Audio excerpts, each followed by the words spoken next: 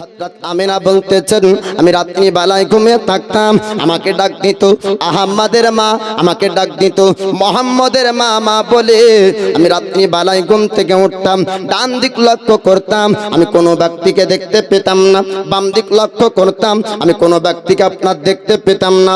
হযরত আমিনাকে আপনার ডাকতেন আল্লাহর মালায়েকা, জোরে বলুন সুবহানাল্লাহ। কেন না পৃথিবীর জমিনে আমার নবীর নাম যেন কোনো ব্যক্তি আপনার না রাখে, আল্লাহ পাক বন্ধুর নাম পছন্দ করে রেখেছেন লা ইলাহা ইল্লাল্লাহ, পাশে লেখা মুহাম্মাদুর রাসূলুল্লাহ, জোরে বলুন সুবহানাল্লাহ। আদম পয়গম্বরকে মহান আল্লাহ পাক যখন জান্নাতে রাখলেন, জান্নাতের চৌকাঠে আদম পয়গম্বর আল্লাহর পরে পরে আল্লাহর বন্ধুর নাম আপনার দেখেছিলেন। 300 বছর কন্দন করার পরে ওই আদম সাফিউল্লাহ বলেছিলেন আল্লাহ আমার দোয়া আপনি কবুল করে নেন, আপনার নামের পাশে ওই পবিত্র মুহাম্মদের নামের ওসিলায়, জোরে বলুন সুবহানাল্লাহ, আপনার ওই পবিত্র নাম আমিনার কান পর্যন্ত পৃথিবীর জমিনে কোনো ব্যক্তি আপনার নাম রাখবে না। শুধু তাই না সূর্য আপনার উদিত হওয়ার পূর্বে যেমন আকাশে আপনার রশ্মি পাওয়া যায়, ওই রকম দয়ার পয়গম্বর দুনিয়ার বুকে আপনার আসান পূর্বে আমার আল্লাহ পাক দুনিয়াতে আপনার আলামত দিয়েছেন, দুনিয়ার পরিবর্তন দিয়ে আপনার হয়েছে। আসমানি মালায়েকাকে আল্লাহ পাক জানিয়ে দেন ও আসমানি মালায়েকারা তোমরা শোনো, তোমরা আজকে শোনো আমার হাবিব পৃথিবীর জমিনে।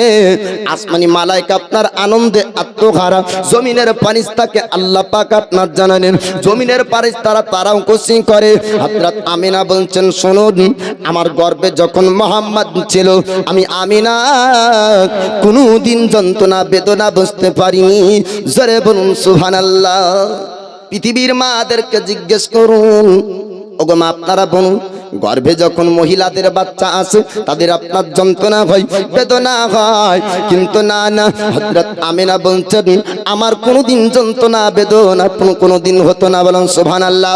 আল্লাহ পাক যেদিন পৃথিবীর জমিনে তিনার বন্ধুকে পাঠাবেন, 4 জন আপনার মুমিনা রমণীকে আল্লাহ পাক নবীর জন্য আমিনার ঘরে পাঠিয়েছেন, বলুন সুবহানাল্লাহ। কেউ কেউ বলে যে মানুষ মরে যায়, কিন্তু সবাই মরে না বাপ, মুমিন মুমিনারা মরার পরও কবরে জিন্দা, জোরে বলুন সুবহানাল্লাহ। হযরত আমিনা যেদিন দয়ার পয়গম্বর দুনিয়ার বুকে আপনার আসবেন, হযরত আমিনা আপনার চিন্তা করেন ওই সময় মহান আল্লাহর কাছে আমিনা দোয়া করে বলেছিলেন আল্লাহ আমার পাশে কোনো ব্যক্তি নাই, আমার পাশে কেউ নাই। আল্লাহ পাক দোয়া কবুল করলেন। আজ পৃথিবীর জমিনে আজকে আমার বন্ধু যাবে, আজকে আমার হাবিব যাবে।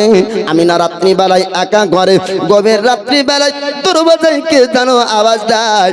হযরত আমিনা আপনার বললেন আমার দরজায় কে যেন আওয়াজ দাও। তিনি বলছেন আমিনা একটু তুমি দরজা খোলো। ধন্য আমিনা, আজ ধন্য তুমি, আখির জামানার পয়গম্বর শেষ জামানার নবী আসবে। আল্লাহ পাক তোমার জন্য না, তোমার জন্য না, তোমার পুত্রর জন্য আল্লাহ পাক তোমার ঘরে পাঠিয়েছে। আমার নাম হলো হাজেরা, ইব্রাহিম পয়গম্বরের বিবি, ইসমাইল পয়গম্বরের মা। ওই গভীর রাত্রি বেলায় তিনি আপনার দরজার ভিতরে প্রবেশ করলেন। কিছুক্ষণ পরে দেখা যায় আরেকজন দরজায় আওয়াজ দিলেন, তিনি হলেন হযরতে হাওয়া। আরেকবার কিছুক্ষণ পর দেখা গেল হযরত রহিম আসলেন। আবার কিছুক্ষণ পর হযরতে আসিয়া। 4 জন রমণীকে মহান আল্লাহ পাক আমিনার ঘরে আপনার পাঠালেন। ওই আপনার 4 জন রমণী আপনার অনেক পূর্বে পর্দার আড়াল হয়েছিলেন, দুনিয়া থেকে পরিবর্তন হয়ে আপনার কবর জগতে গিয়েছিলেন, কিন্তু আল্লাহ পাক মুমিন মুমিনাদেরকে আপন কবরে আপনার জিন্দা রাখেন, জোরে বলুন সুবহানাল্লাহ। 11 রবিউল আউয়াল দিবাগত 12 রবিউল আউয়ালের রাত আমার নবী দুনিয়াতে আসবেন। রাতের মধ্যে আপনার নবীকে পাঠালেন না, দিনের মধ্যে আপনার নবীকে পাঠালেন না। অন্ধকার ঘর ছিল আমিনার ঘরে। আপনার সুবহে সাদিকের সময় আখিরি জামানার পয়গম্বর শেষ জামানার নবী রহমতের পয়গম্বর উম্মতের দরদি নবী আমার আপনার আমিনার অন্ধকার ঘরে আপনার সুবহে সাদিকে জন্মগ্রহণ করলেন, জোরে বলুন সুবহানাল্লাহ। সুবহে সাদিকের সময় এবার আপনার শুনবেন যে নবী দুনিয়াতে এসেই এবার কি পরিবর্তন হলো মক্কার জমিনে। আল্লাহ নবী হাবিবুল্লাহ আল্লাহর পয়গম্বর তিনি রাত্রি বেলায় অন্ধকার করে আসলেন। হযরত আমিনা আপনার দেখতেছেন রাত্রি বেলায় তিনার ঘর আলোকিত আপনার হয়ে যায়। হযরত হাজেরা বললেন, আমিনা একটু তুমি বলো তুমি কি রোশনির ব্যবস্থা করেছো, আলোর ব্যবস্থা করেছো? আমিনা বলতেছেন, না না আমি আলোর ব্যবস্থা করিনি। বলে কোথায় থেকে এমন রোশনি পাওয়া যায়? যখন আপনার আলোর ব্যবস্থা করবেন, রোশনির ব্যবস্থা যখন হবে, আপনার রোশনি আসলে অন্ধকার দূর হয়ে যাবে। হযরত হাজেরা বলছেন, আমিনা তোমার পুরো ঘরটা আলোকিত হয়ে যায়, কোথায় থেকে যেন রোশনি আসে। সবাই লক্ষ্য করে দেখলেন আমার দয়ার নবীর নূরে ঘর আলো হয়ে যায়। একটু জোরে বলবেন না সুবহানাল্লাহ। অন্ধকার ঘর আলো হয়ে যায়। মানুষ যতই সুন্দর ফর্সা মানুষ হোক না কেন, অন্ধকারকে দূর করতে পারবে না চেহারার আলোতে, তাই না? তার মানে ইনি হলেন নবী, নূরের নবী, বলুন সুবহানাল্লাহ। আল্লাহ পাক আল্লাহ তাআলা দয়ার পয়গম্বরকে নূরের পয়গম্বর নূরের নবী করে আপনার পাঠিয়েছেন। হযরত হাজেরা আপনার বলছেন, আমিনা গো তোমার পুত্রকে একটু আমার কোলে দাও। হযরত হাজেরা আপনার কোলে নিলেন। এবার হযরত আসিয়া বলছেন, আমি পৃথিবীর জমিনে এমন সুন্দর বাচ্চা আমি কোনোদিন দেখতে পাইনি, আমার কোলে এমন সুন্দর মানবকে একটু দাও, আমি দেখব। চারজন রমণী আপনার এক অপরের মধ্যে লেওয়ানি করেন। হযরত আমিনা বললেন, আমার পুত্রকে একটু জমিনে শুয়ে দাও, একটু জমিনে রেখে দাও। আপনার জমিনে রাখা হলো। হযরত আমিনা একবার দয়ার নবীর চেহারার দিকে তাকান আর আরেকবার দরজার বাইরে তাকান। তখন হযরত হাজেরা বলে, আমিনা একটু তুমি বলো একবার দরজার বাইরে দেখো, আরেকবার তোমার পুত্রকে দেখো, কারণ কি বলো? হযরত আমিনা বলতেছেন, ও গো হাজেরা, আমি আমার পুত্রর চেহারার আলোটা আমার দরজা দিয়ে বের হয়ে চলে যায়। আমি লক্ষ্য করে দেখি কত দূর পর্যন্ত এই আলো যায়, মুলকের সামের পাহাড় পর্যন্ত আলোকিত হয়ে যায়, বলুন সুবহানাল্লাহ। মক্কাবাসীরা এবার জানতে পারলো কুরাইশ খানদানের মধ্যে একটা সুন্দর চেহারার অধিকারী বাচ্চার জন্ম আপনার হয়েছে। সবাই দেখার জন্য ভিড় করে। রেশনের দোকানের নাই, আমিনার ঘরের চারিপাশে মানুষ। একজন দেখার পরে প্রশংসা করে আরেকজনের কাছে গিয়ে, কুরাইশ খানদানের আব্দুল্লাহর বেটা হয়েছে, নাম তার মুহাম্মদ। এমন সুন্দর বাচ্চা মক্কায় কোনোদিন হয়নি, আজ পর্যন্ত কোনো ধনীর ঘরে বাচ্চা এমন সুন্দর বাচ্চা আমরা দেখিনি। এক অপরের কাছে শুনে সবাই আপনার দেখার জন্য আমিনার ঘরে আপনার ভিড় করে। সবাই আপনার আমিনার ঘরে আস। হযরতে সুয়াইবা তিনি ছুটতে ছুটতে আসলেন। আসার পরে বলতেছেন, ওগো আমিনা, তোমার নাকি সুন্দর পুত্রের জন্ম হয়েছে, তোমার নাকি সুন্দর চেহারার বেটা জন্ম হয়েছে, তোমার বেটাকে একটু দেখিয়ে দাও। তখন আপনার হযরত আমিনা দয়ার নবীকে আপনার দেখালেন। হযরত সুয়াইবা বলছে, আমিনা একটু যদি অনুমতি দাও, যদি তুমি একটু ইজাজত দাও, তোমার পুত্রকে আমার স্তন থেকে একটু দুধ পান করাবো। আল্লাহর নবী হাবিবুল্লাহ পৃথিবীর জমিন আপনার দিনার দুধ পান করেছেন। তিনার নাম হলো হযরতে সুয়াইবা। হযরতে সুয়াইবার স্তন থেকে দয়ার নবী রহমতের নবী দুধ পান করলেন। আনন্দে আত্মহারা হযরতে সুয়াইবা ছুটতে লাগলেন মালিক আবু লাহাবের কাছে। যাবার পরে ডাক দিয়ে বলেছিলেন, ওগো মালিক আবু লাহাব, আপনি শুনুন, আপনার ভাতিজা হয়েছে, নাম তার মুহাম্মদ। এমন সুন্দর বাচ্চা আমি সুয়াইবা মক্কার জমিনে কোনোদিন দেখিনি। বহু বাচ্চা দেখেছি, কিন্তু এমন বাচ্চা মক্কায় কোনোদিন দেখিনি। বহু বাচ্চা দেখেছি, অনেক খানদান, অনেক সর্দার, অনেক ধনীদের ঘরের বাচ্চা সুয়াইবা দেখেছে, কিন্তু আব্দুল্লাহর বেটা মুহাম্মদের মতন বাচ্চা কোনো ঘরে দেখেনি। জোরে বলুন সুবহানাল্লাহ। হযরতে সাইবা এমন কথা যখন আপনার বললেন, আবু লাহাব আনন্দে খুশিতে আবু লাহাব আঙ্গুলের শাহাদাত ইশারা করে বলল, সাইবা আমার বাড়িতে তুই বান্দি আছিস, আমার বাড়িতে তুই বিক্রি হয়ে আছিস, যা যা আজকে এমন আনন্দের খবর, আজকে এমন খুশির খবর শুনিয়েছিস, আমার বাড়িতে কোনোদিন আর বান্দির কাজ করতে হবে না, আমি তোকে আজাদ করে দিলাম। সেই দিন আপনার আজাদ করার কারণে আমার আল্লাহ ওই দিনের জন্য আবু লাহাবের আঙ্গুলের শাহাদাত আপনার জাহান্নামে জ্বলবে না। মুসলমান ছিল না, কালিমা পড়েনি, কাফেরের হালাতে ইন্তেকাল করেছে, মারা গিয়েছে, জাহান্নামে যাবে, কিয়ামত পর্যন্ত কবরের আযাব হবে। কিন্তু হাদিস শরীফের মধ্যে আপনার বলা হয়েছে বাবা জাহান্নামে জ্বলবে, কিন্তু ওই আঙ্গুল জ্বলবে না, কবরে আযাব হবে, ওই আঙ্গুলে আযাব হবে না। যে আঙ্গুলে নবীর বিলাদাতে নবীর জন্মেতে আপনার একজন বান্দিকে আজাদ করেছিল, খুশিতে আপনার ওই আজাদ করার কারণে আল্লাহ পাক ওর ওই আঙ্গুলে শরবত পর্যন্ত দিবে। কবরে ওই আঙ্গুল চুষলে শরবত পাই, আর জাহান্নামেও ওর শরীর জ্বলবে, কিন্তু ওই আঙ্গুলটা জ্বলবে না। আর ওই আঙ্গুল যখন চুষবে শরবত পাবে। তো নবীর উপর ঈমান আনলো না, খালি নবীর জন্মের দিনে খুশি হলো, আল্লাহ এই কাজটি পছন্দ করলেন, তো তার আঙ্গুলে আল্লাহ শরবত দিলেন। আচ্ছা, নবীর মহাব্বতে যদি নবীর বিলাদাতে খুশি পালন করি, তো আল্লাহ পাক হাউজে কাউসারে পানি পান করাবেন। জোরে বলুন সুবহানাল্লাহ। দয়ার নবী মায়ার নবীর এবার প্রশংসা চর্চা খালি মক্কা শহরে সীমাবদ্ধ নয়, দিহাতি পল্লীগ্রাম পর্যন্ত ছড়িয়েছে। একটু জোরে বলবেন না সুবহানাল্লাহ। যদি কালুপুর গ্রামে বড় কিছু আশ্চর্যের জিনিস, যদি কোনো ঘটনা ঘটে, অলৌকিক যদি কোনো সংবাদ যদি শুনতে পাওয়া যায়, তো কি হবে? খালি কালুপুরের মধ্যে আর দৌলতাবাদের মধ্যে সীমাবদ্ধ থাকবে না, ডুমকুল পর্যন্ত যাবে যাবে। পল্লীগ্রাম দেহাতি থেকেও সবাই আসছে আর নবীর চেহারা দেখে প্রশংসা করছে। জোরে বলুন সুবহানাল্লাহ। আল্লাহ নবী হাবিবুল্লাহ আল্লাহর পয়গম্বরের মা নাম হলো আমিনা, তিনি প্রথম দুধ পান করলেন, তিনার নাম হলো হযরতে সাইবা। দুধ পান করার মৌসুম টাইম পর্যন্ত দুধ পান করেছেন। দুধ মায়ের নাম হলো হযরত হালিমাতুস সাদিয়া।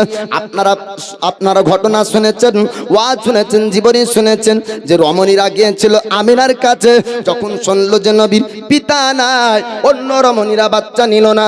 এটা হাকিকত না, এটা আপনার হাকিকত না। হাকিকত হলো আমার দয়ার পয়গম্বর আল্লাহ নবী হাবিবুল্লাহ, উম্মতের দরদি নবী, আমার রহমতের পয়গম্বর অন্য কোন রমণীর কাছে যেতে চাননি। আমার নবী চেয়েছেন হালিমার ঘরে যাব, আর হালিমার গরিবীকে আমি গিয়ে দূর করব। কারণ নবী চাইলে রমণীরা দুধ দিত, নবী যদি চাইতেন তো তারা নিত, কিন্তু নবী চাননি যে দয়ার পয়গম্বর যদি বাজা বকরির কাছ থেকে দুধ চেয়েছেন, আমার আল্লাহ পাক নবীর জন্য বাজা বকরি পর্যন্ত আপনার দন দিয়েছে, ওই নবী চাইবেন আর রমণী দুধ দিবে না? না না, এমনটা আপনার হতে পারে না। আমার দয়ার নবী ইচ্ছাকৃত তাদের কাছে যাননি, আল্লাহ নবী পছন্দ করেছেন হালিমার ঘরে যাব, আর হালিমার ঘরকে আপনার পরিবর্তন করব। রহমতের পয়গম্বর আল্লাহ পাক রহমতের নবী করে পাঠালেন। ওই নবী আপনার যে ঘরে যাবে, ওই ঘরে আল্লাহর রহমত হবে। নবী যেই ঘরে যাবেন, ওই ঘরে আপনার বরকত হবে। নবী যেই খাবার খাবে, ওই খাবারের মধ্যে আপনার শিফা থাকবে। নবী যেই জায়গায় আপনারা বসবাস করবেন, ওই জায়গাতে মহান আল্লাহ পাকের রহমত অবতীর্ণ হবে। তাই দয়ার পয়গম্বর হালিমার ঘরে আপনার যাবেন, ওই হালিমাতুস সাদিয়ার সঙ্গের সাথীরা তার বান্ধবীরা বলল, ওগো হালিমা শোনো শোনো, এই বছর মক্কা শহরে পুরুষ সন্তানের জন্ম বেশি হয়েছে, চলো চলো হালিমা, আমরা এবার মক্কা শহরে যাব, আমরা বাচ্চাকে দুধ পান করাবো। কেননা দুধ পান করানোর জন্য তারা এনাম পেত, তারা পুরস্কার আপনার পেত। সঙ্গে সঙ্গের সাথীরা বলল, হালিমা এবার আমাদের সঙ্গে কি তুমি যাবে না? হালিমা তো সাদিয়া বললেন, ও আমার বান্ধবীরা, ও আমার সঙ্গের সাথীরা, আমিও মক্কা শহরে যাব, বাচ্চা আনবো, বাচ্চাকে দুধ পান করাবো। হালিমা তো সাদিয়া এমন গরিব রমণী ছিলেন যার সুন্দর সবারই ছিল না, দুর্বল সবারই নিয়ে চলতেছেন হালিমা। সঙ্গের সাথী বান্ধবীরা সবাই মক্কা শহরে পৌঁছে গেল। আমিনার কাছে রমণীরা আসার পর বলল, আমিনা, আমরা মক্কা শহরে যখন প্রবেশ করলাম তখন সবার মুখে একটাই কথা, কুরাইশ খানদানের এই বছর যেই বাচ্চা জন্মগ্রহণ করেছে নাম তারা মোহাম্মদ, আর এমন সুন্দর চেহারা আমাদের মক্কা জমিনে আজ পর্যন্ত এমন বাচ্চার জন্ম হয়নি। ওই মহিলারা বলল, আমিনা, তোমার পুত্রকে একটু দেখিয়ে দাও, আমরা একটু মন ভরে দেখব। সুন্দর চেহারার মানুষ, সুন্দর চেহারার বাচ্চা আমরা একটু দেখতে চাই। তারা আপনার দেখলো, দেখার পরে যখন জানলো নবীর পিতা নাই, জন্মের পূর্বে ইন্তেকাল হয়েছে, তারা সবাই আপনার ওখানে রেখে চলে গেল। অবশেষে হালিমাতু সাদিয়া যাবার পরে জিজ্ঞেস করে, আমিনা, তোমার পুত্রের খবর শুনলাম। মক্কা শহরে আসার পরে সবাই একই প্রশংসা করে, কুরাইশ খানদানের আব্দুল্লাহর বেটা হয়েছে, নাম তার মোহাম্মদ, সুন্দর চেহারার বাচ্চা, একটু আমাকে দেখিয়ে দাও, আমি সুন্দর চেহারার বাচ্চা দেখতে চাই। হালিমাতু সাদিয়াও বলছেন, ওগো আমেনা, মক্কা শহরে যখন প্রবেশ করলাম তখন সকলের মুখে একটাই প্রশংসা শুনতে পেয়েছি যে এই বছর মক্কা শহরে সুন্দর চেহারার বাচ্চার জন্ম হয়েছে। হযরত হালিমাতু সাদিয়ার কাছে আমার নবীর নূরানী চেহারাকে দেখানো। নবীর নূরানী চেহারা দেখার পরে হালিমাতু সাদিয়া বলছেন, ওগো আমেনা, তুমি যদি এই তোমার বাচ্চাকে আমাকে দাও, আমি নিয়ে যাব, আমি দুধ পান করাবো। হযরত আমেনার দুই চোখ দিয়ে পানি ঝরতে লাগলো। হযরত আমেনা বলতেছেন, হালিমা, তুমি হয়তো এই বাচ্চাকে নিয়ে যেতে চাইবে, কিন্তু বাচ্চার হাকিকাত যদি জানো, বাচ্চার পরিস্থিতি যদি শুনি না, হয়তো তুমি নিতে চাইবা না। হযরত আমিনা আপনার এমন কথা যখন বললেন, হালিমাতু সাদিয়া বলছেন, আমিনা, একটু বলে দাও কি পরিস্থিতির কথা বলবা। তখন হযরত আমিনা বললেন, ওগো হালিমা, শোনো শোনো, এই বাচ্চা পিতাহারা বাচ্চা, পিতা তার পৃথিবীর জমিনে নাই। তখন হযরত হালিমাতু সাদিয়া বললেন, আমিনা, একটু অপেক্ষা করো, আমার স্বামীকে জিজ্ঞেস করব, স্বামী যদি অনুমতি দেয়, স্বামী যদি ইজাজত দেয়, তবে বাচ্চাকে নিয়ে যেতে পারবো। হালিমাতু সাদিয়া স্বামীকে ডাক দিয়ে জিজ্ঞেস করলেন, স্বামীজন, একটু বলুন বলুন, ওগো প্রাণের স্বামী, আমরা খালি হাত মক্কা শহর থেকে কোনোদিন ফিরিনি, এই বছর কি খালি হাত ফিরবেন? এই সবারই ছিল দুর্বল, তাই আমরা আগে আসতে পারিনি। এই এতিম বাচ্চাকে, পিতাহারা বাচ্চাকে আমরা নিয়ে যেতে চাই, আপনি কি বলছেন বলুন। তখন ওই সময়তে হালিমাতু সাদিয়ার স্বামী বলল, হালিমা, যদি তোমার মন চায় বাচ্চা নিবা, কোনো অসুবিধা নাই। স্বামী যখন অনুমতি দিলেন, হালিমাতু সাদিয়া বলছেন, আমিনা, তোমার পুত্রকে এবার দাও, আমার স্তন থেকে একটু দুধ পান করাবো। যখনই হালিমাতু সাদিয়া তিনি আপনার দুধ পান করালেন, সঙ্গে সঙ্গে হালিমা বুঝতে পারেন এই বাচ্চা সাধারণ বাচ্চা না, আমি কতদিন বাচ্চাকে দুধ পান করিয়েছি, কিন্তু পৃথিবীতে এমন বাচ্চা কোনোদিন পাইনি। হালিমাতু সাদিয়া বলে, আমিনা, দুনিয়ায় কত বাচ্চা দুধ পান করিয়েছি, কিন্তু তোমার বাচ্চার মতো কোনোদিন বাচ্চা পাইনি। যে স্তনে মুখ লাগানে আমার স্তন পরিবর্তন হয়ে গেল, আমার স্তনের মধ্যে দুধের বরকত চলে আসলো। আল্লাহ পাক আমার দয়ার পয়গম্বরের জন্য হালিমার শরীর পর্যন্ত আপনার পরিবর্তন করে দিলেন। এবার দয়ার নবী, মায়ার নবীকে সবারই উপরে ওঠালেন। হালিমাতু সাদিয়ার স্বামী আপনার সবারই লাগাম ধরলেন, এবার ছুটতে শুরু করলো। সবারই সঙ্গের সাথীদের পাক আগ দিয়ে পার হয়ে যখন চলে যায়, সঙ্গের সাথীরা বলল, হালিমা তুমি কি নতুন সওয়ারি কিনেছো? হালিমা তো সাদিয়া বলছেন, না না, আমি মক্কা শহরে নতুন সওয়ারি কিনিনি। বলে, তোমার সওয়ারি এত দ্রুত গতিতে কেমন করে ছুটে, বলো বলো। হালিমা তো সাদিয়া বলছেন, ও সঙ্গের সাথীরা, ও আমার বান্ধবীরা, শোনো শোনো, আমি একটা বাচ্চা উঠিয়েছি, এই বাচ্চার কারণে আমার সবারই মধ্যে শক্তি এসেছে। দুনিয়ার যত রকমের গাড়ি আছে, যাবার সময়তে যদি দুইজন থাকে আর আসার সময়তে যদি তিনজন হয়, গতি কমবে না বাড়বে? একটু বলেন না, মুখ খোলেন, কমবে না বাড়বে? গতি কমবে। আর নবী চাপলেন তো ওজন বাড়লো না, বরং আল্লাহ নবীর জন্য দুর্বলকে সাব্বাল বানালেন। একটু জোরে বলুন সুবহানাল্লাহ।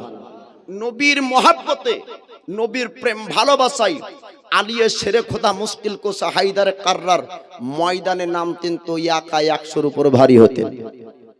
আলিয়ে শেরে খোদা একদিন শুকনো রুটি চিবাতে তিনার কষ্ট হচ্ছে, তো জিজ্ঞেস করছেন আমিরুল মুমিনিন, ওগো আলী, আপনি শুকনো রুটি চিবাতে আপনার এত কষ্ট হচ্ছে কেন?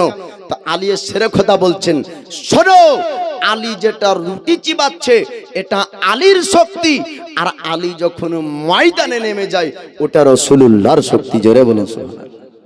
তাই 40 মণ দরজা, লোহার দরজা ঢালে ব্যবহার হতো, কিন্তু দয়ার নবী, মায়ার নবীর মহাব্বত ছাড়া কারো শক্তি নাই। ভাই খালিদ বিন ওয়ালিদ বলছে, আমি ময়দানে আমি যুদ্ধ করি না, যুদ্ধ করে নবীর মহাব্বতে। জোরে বলুন সুবহানাল্লাহ।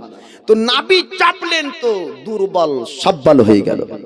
আল্লাহ নবী হাবিবুল্লাহ, আল্লাহর পয়গম্বর, তিনি আপনার হালিমা তো সাদিয়ার ঘরে গেলেন। এবার হালিমার জবানের কথা শুনবেন, হালিমার ঘরের পরিবর্তনের কথা শুনবেন। হালিমা তো সাদিয়া বলেন, আমার ঘরে যেই দিন থেকে মুহাম্মদ গিয়েছিলেন, সেই দিন থেকে আমার ঘরে যেন বরকত হলো, আমার ঘরে যেন উন্নতি হলো।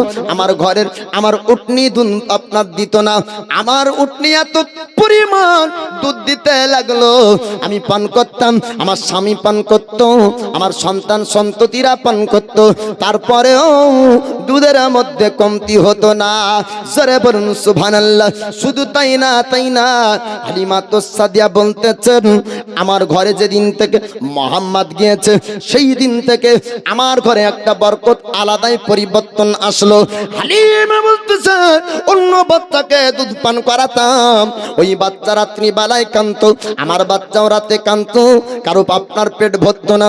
কিন্তু মুহাম্মদ যেদিন থেকে দুধ পান করে, সেই দিন থেকে রাত্রি বেলায় মুহাম্মদও কাঁদে না, আর আমার বেটা আবুদুল্লাহ কোনদিন রাত্রি বেলায় কাঁদে না। জোরে বলুন সুবহানাল্লাহ। হালিমা তুসাদিয়া তিনি আপনার বলতেছেন, তবে মুহাম্মদকে আমি দুধ যখন পান করানোর জন্য আমার স্তনের দিকে নিয়ে যেতাম, এক স্তনের দুধ পান করতো, আর এক স্তনের দুধ পান করতো না। আমি শত চেষ্টা করেছিলাম, কিন্তু মুখে স্তনে মুখ লাগাতে পারিনি।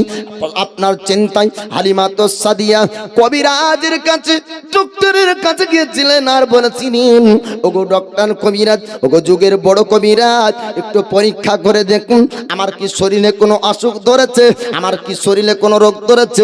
ওই যুগের কবিরাজরা বলেছিল, ওগো হালিমা তো সাদিয়া, শোনো শোনো, তোমার শরীরে কোনো রকম রোগ ধরেনি, শরীরে অসুখ হয়নি। তখন হালিমা বলেছিলেন, আমার স্তন থেকে আমার পুত্র মুহাম্মদ কেন দুধ পান করে না? কবিরাজ বলেছিল, ওগো হালিমা, তোমার স্তনের মধ্যে কোনো রকম রোগ নাই, অসুখ নাই, এই ভালো স্তনে কেন তোমার পুত্র দুধ আপনার মুখ দেয় না, দুধ কেন পান করে না? এর কারণ আমরা বলতে পারবো না, একমাত্র বাচ্চা জানে, আর স্রষ্টা প্রতিপালক রব জানে। ওই যুগের বড় বড় যারা ডক্টর ছিল, কবিরাজ ছিল, তারা বলছে, হালিমা কোনো অসুখ নাই, কোনো রোগ নাই, কেন যে পান করে না এটা বাচ্চাই জানে, আমরা জানি না। কেন পান করতো না শুনুন। আল্লাহ পাক কিয়ামতের সকাল পর্যন্ত মানুষের মধ্যে আপনার ইনসাফের শিক্ষা দিবেন কে? রহমতের পয়গম্বর। হকের শিক্ষা দিবেন কে? রহমতের পয়গম্বর। সন্তান বাপের হক আদায় কিভাবে করবে আমার রাসূলুল্লাহ শিক্ষা দিয়েছেন। মা বেটার হক কি করে আদায় করবে আমার দয়ার পয়গম্বর শিক্ষা দিয়েছেন। ভাই ভাইয়ের হক কিভাবে আদায় করবে আমার রাসূলুল্লাহ আপনার শিক্ষা দিয়েছেন। জগৎবাসীকে যিনি হকের শিক্ষা দিবেন ওই দয়ার পয়গম্বর দুধ ভাইয়ের কি হক মারতে পারে?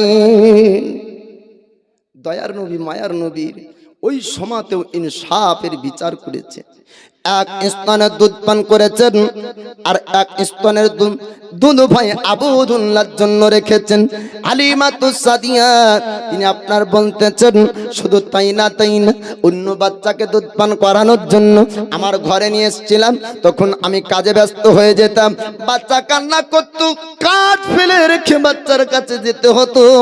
কিন্তু মুহাম্মদকে যতদিন আমি দুধ পান করিয়েছি কোনোদিন মুহাম্মদ কাঁদেনি, কোনোদিন কাঁদতো না। আমি হালিমা কাজ রেখে মনে মনে চিন্তা করতাম, মনে হয় দোলনা থেমে গিয়েছে। আমি দোলনার দিকে ছুটতাম, আসার পরে দেখতাম দোলনা যেন কে যেন দোলায়, দোলনাও কোনোদিন থামতো না। আল্লাহ পাক জিবরিল আমিনকে আপনার হুকুম করতেন, ওগো জিবরিল যাও যাও আমার হাবিব একা দোলনার উপর আছে, ওই দোলনা যেন না থামে।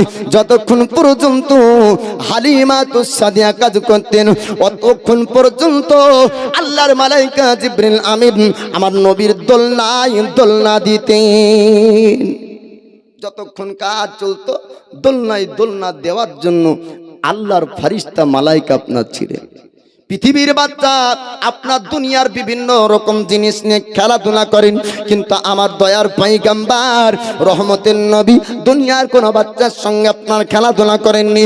আল্লাহ নবী হাবিবুল্লাহ যখন দোলনার উপর থাকতেন তখন দয়ার নবী আপনার খেলতেন তো আঙ্গুলের ইশারা করতেন আকাশের দিকে, যেই দিকে নবী আঙ্গুল নিয়ে যেতেন ওই দিকে আল্লাহ পাক চাঁদকেও পর্যন্ত নিয়ে যেতেন। জোরে বলুন সুবহানাল্লাহ। আমার দয়ার পয়গম্বরের আঙ্গুলের ইশারাতে আপনার চাঁদ ঘুরতো, নবীর আঙ্গুলের ইশারাতে তারার আপনার খেলাধুলা করত, নবীর আঙ্গুলের ইশারায় সূর্য ডুবে আর নবীর আঙ্গুলের ইশারায় সূর্য উঠে। জোরে বলুন। আপনার আমার আঙ্গুল যদি ঘোরাইতে চলবে? চলবে না। নবী আমার বলছেন যে ডোবা সূর্যকে আই আমার আলী নামাজ পড়বে, তো সূর্য আবার আসলো, আলী নামাজ পড়লেন। জোরে বলুন সুবহানাল্লাহ। আলী এসে খোদা মুশকিল কুসা হায়দার কাররার তৎসহ সাহাবায়ে কেরামদেরকে নাবি জোহরের নামাজ পড়লেন, জোহরের নামাজ পর বললেন একটি জায়গায় পাঠালেন আর বললেন ফিরে এসে তোমরা আসরের নামাজ আমার এখানে পড়বে। রাস্তায় আসরের নামাজের টাইম হয়ে গেল, সাহাবায়ে কেরামদের মধ্যে মাসওয়ারা হলো যে রাস্তাতে যেহেতু নামাজের সময় হয়ে গিয়েছে নামাজটা আল্লাহর হুকুম আগে পালন করে নি। আর কিছু সাহাবী বললেন না, দয়ার নবী যেহেতু বলেছেন আসরের নামাজ আমার এখানে এসে পড়বে, অতএব নামাজ পড়বো তো নবীর জায়গাতে নবীর কাছে গিয়েই পড়বো। তার মধ্যে ছিলেন আলিয়া শেরে খোদা, আসলেন নামাজ পড়বেন, অন্য সাহাবারা নামাজ পড়ে নিলেন আর আলিয়া শেরে খোদা বসলেন। তো দয়ার নবীর সার মোবারক মাথা মোবারক আলীর জাঙ্গে দিয়ে আরাম করতে লাগলেন। আর আসরের নামাজ কাজা হয়ে যাচ্ছে, সূর্য ডুবে যাচ্ছে, নবীর চেহারা মোবারকে আপনার হযরত আলীর দুই চোখের পানি টস করে যখনই পড়লো, নবী বলছেন আলী তোমার চোখ দিয়ে পানি ঝরে কেন? আলী শেরে খোদা বলছেন হুজুর জিন্দেগিতে আলীর কোনোদিন এক ওয়াক্তের নামাজ কাজা নাই। জোরে বলবেন না সুবহানাল্লাহ। আজকে সূর্য ডুবে গেল, হুজুর নামাজ কাজা হয়ে গেল, আমার জিন্দেগিতে নামাজ কাজা ছিল না। নবী গো আজকে এক ওয়াক্তের নামাজ কাজা হলো। নবী বলছেন আলী জিন্দেগিতে তোমার নামাজ কাজা হয়নি, আজকেও তোমার নামাজ কাজা হবে না। বলো তুমি এই আসরের নামাজ আদায় করতে চাও? বলে ইয়া রাসূলুল্লাহ ডোবা সূর্য উদিত কি আর হবে? আসরের বাকি সময় কি আর আসবে?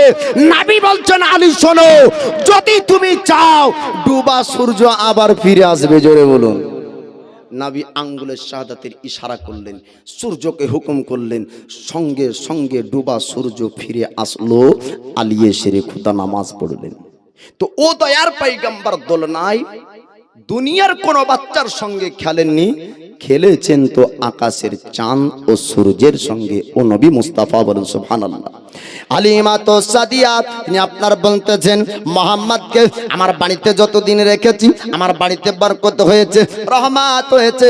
আমি অন্য বাচ্চার মধ্যে আর মোহাম্মদের মধ্যে দেখেছি, মোহাম্মদের মতন কোনো বাচ্চা পর্যন্ত পাইনি।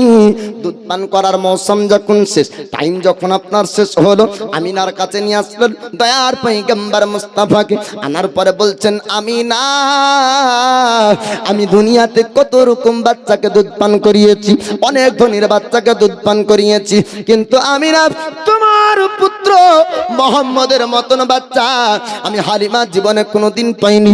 হযরত আমিনা বলছেন, ওগো হালিমা তুমি কি চাও আমার বাচ্চাকে আবার তোমার বাড়ি নিয়ে যেতে?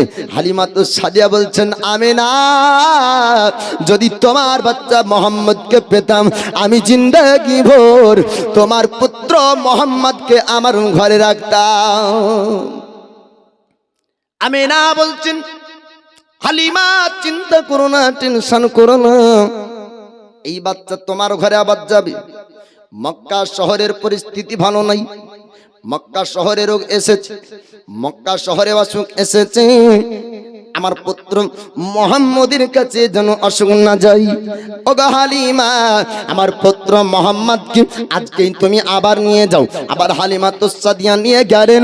আমার নবীর বয়স যখন প্রায় কমবেশ 4 বছর অতিক্রম হলো, নবী আপনার বলছেন, মা জননী আমি দেখি দুনো ভাইদেরকে বকরি চড়ানোর জন্য ময়দানে যাই। ওগো মা জননী আপনি যদি অনুমতি দেন আমি একটু ময়দান ভ্রমণ করব। তখন হালিমা তো সাদিয়া বললেন, না না ওই ময়দান ভ্রমণ করতে যেও না, কেননা ময়দান ভ্রমণ করতে গেলে বাঘ ভাল্লুক সাপ থাকবে, হিংস্র জানোয়াররা থাকবে, তোমার ক্ষতি করবে, তোমাকে ময়দান যেতে দেওয়া হবে না।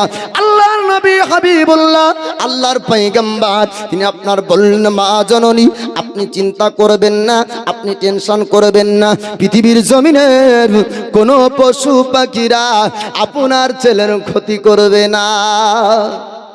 কেননা পশু পাখিরা নবী চিনহে, কারণ তাদের মধ্যে ওহাবি নাই।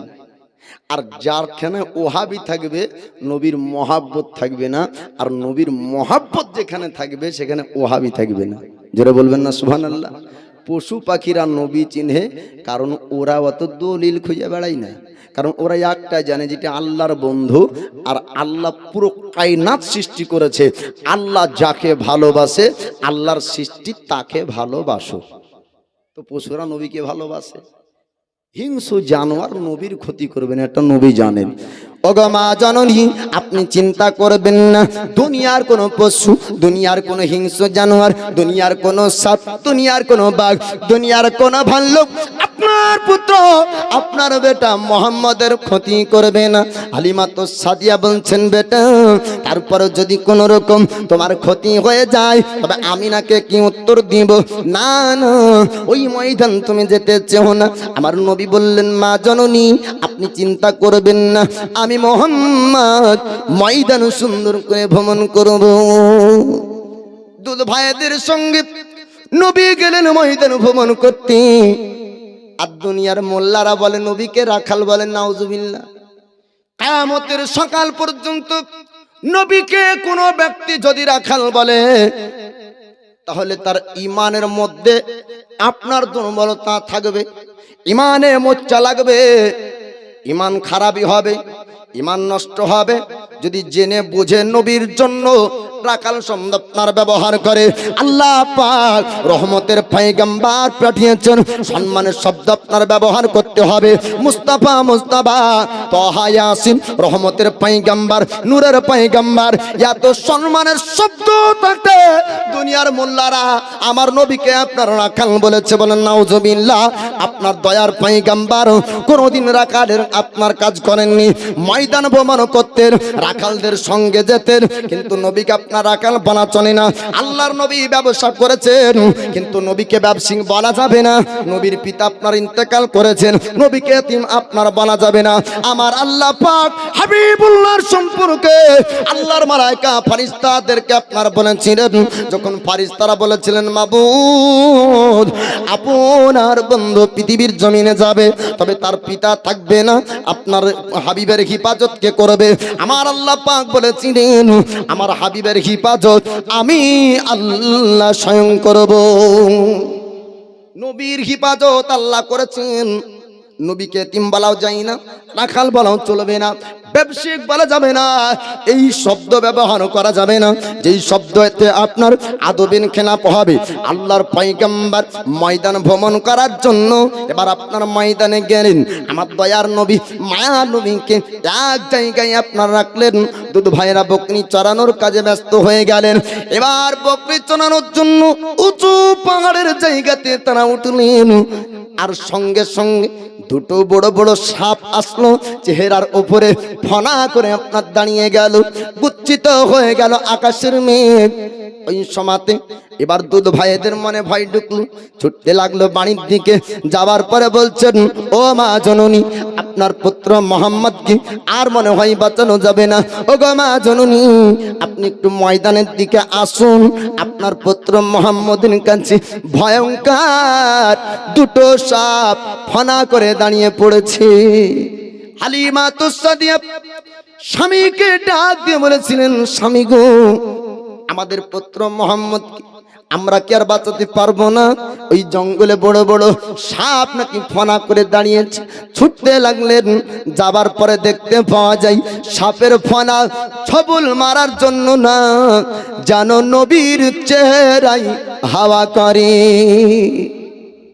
স্কুলের বাচ্চাদেরকে দেখা যায় যখন কারেন্ট চলে যায়, পাংখা বন্ধ হয়ে যায়, তো ওরা খাতা ও বইকে পাংখা বানিয়ে নেয়, ঠিক না?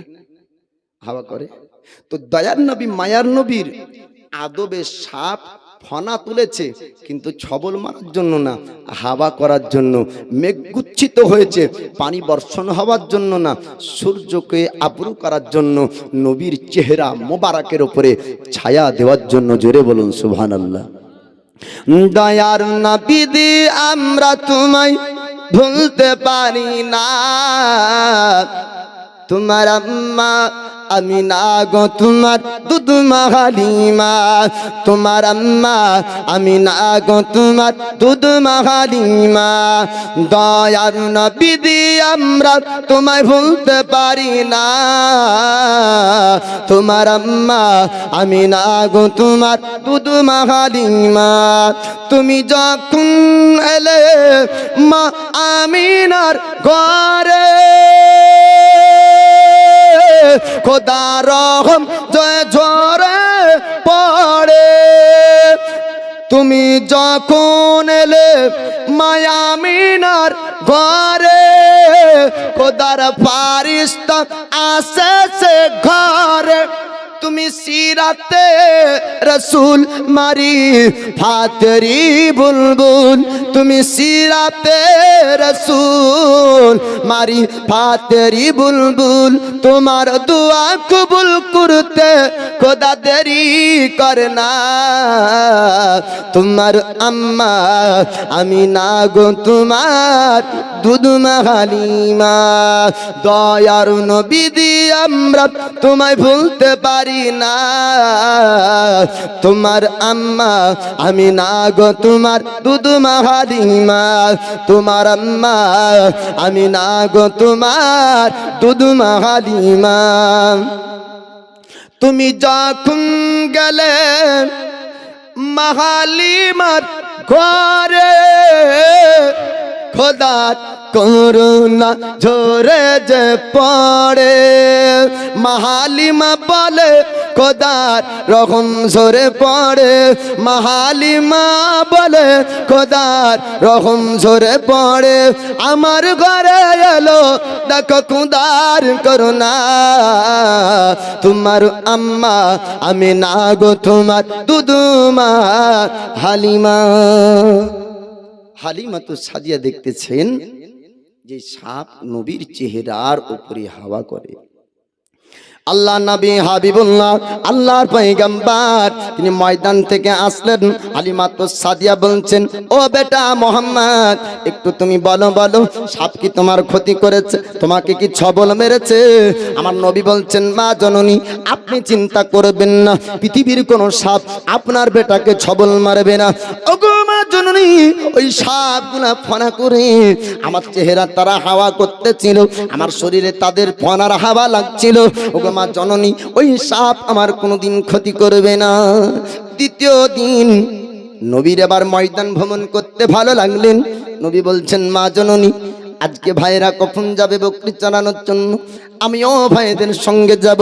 হালিমা তিনি আপনার বললেন, না না, আর তোমাকে ময়দান যেতে দেব না। কেননা ময়দান যদি যাও, এবার বাঘ ভাল্লুক আছে, হিংস্র জানোয়ার আছে, ওই হিংস্র জানোয়াররা তোমার ক্ষতি করবে। তখন আমার নবী বললেন, ও গো মা জননী, আপনি চিন্তা করবেন না, ওই হিংস্র জানোয়ার আপনার ছেলে মুহাম্মদের ক্ষতি করবে না।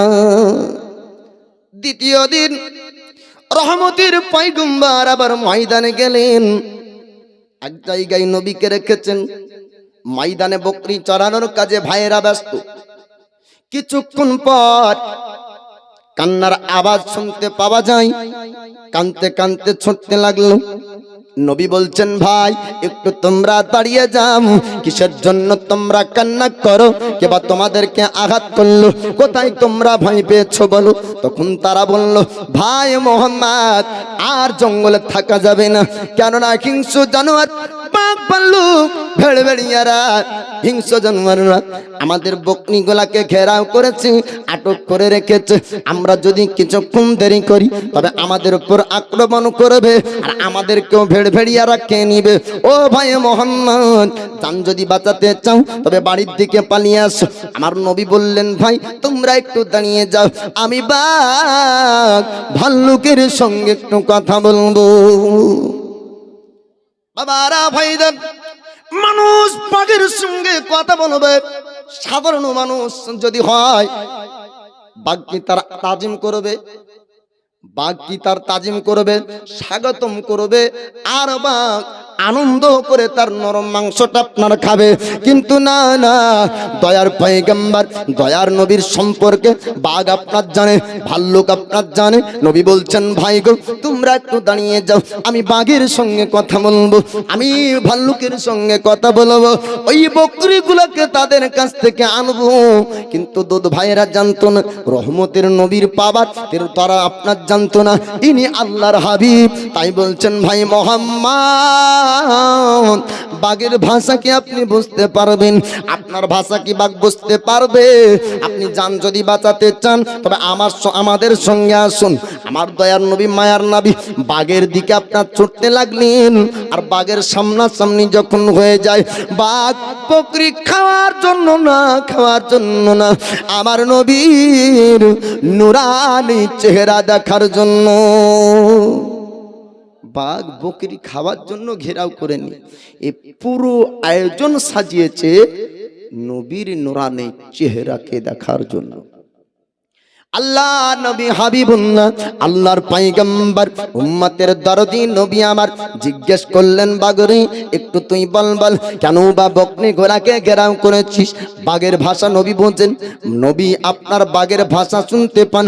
বাঘ বলছেন, হুজুর এক নয় দুই নয়, কয়েকটা বছর কেটে গেল, আপনার নুরানি চেহারা দেখার সাহস আমরা পাইনি।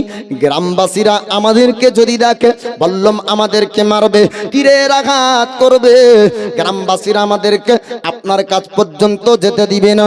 ইয়া রাসূলুল্লাহ, ইয়া হাবিবাল্লাহ, তাই আপনাকে দেখার জন্য আজকে ছাগলগুলাকে ঘেরাও করেছি, আজকে আপনাকে দেখার জন্য বকরিগুলাকে আটক করেছি। বলে, হুজুর আপনাকে দেখার জন্য আজকে লোভ লালসকে আমরা ত্যাগ করে দিয়েছি।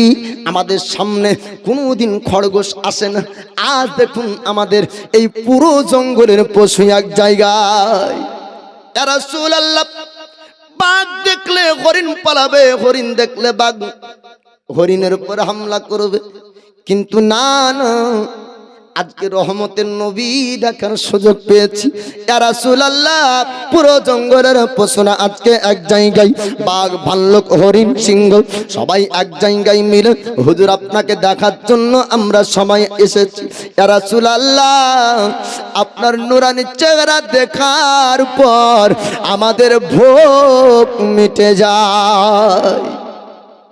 ইয়া রাসূলুল্লাহ, তাদের উপর হামলা করার কোনো ইচ্ছা নেই।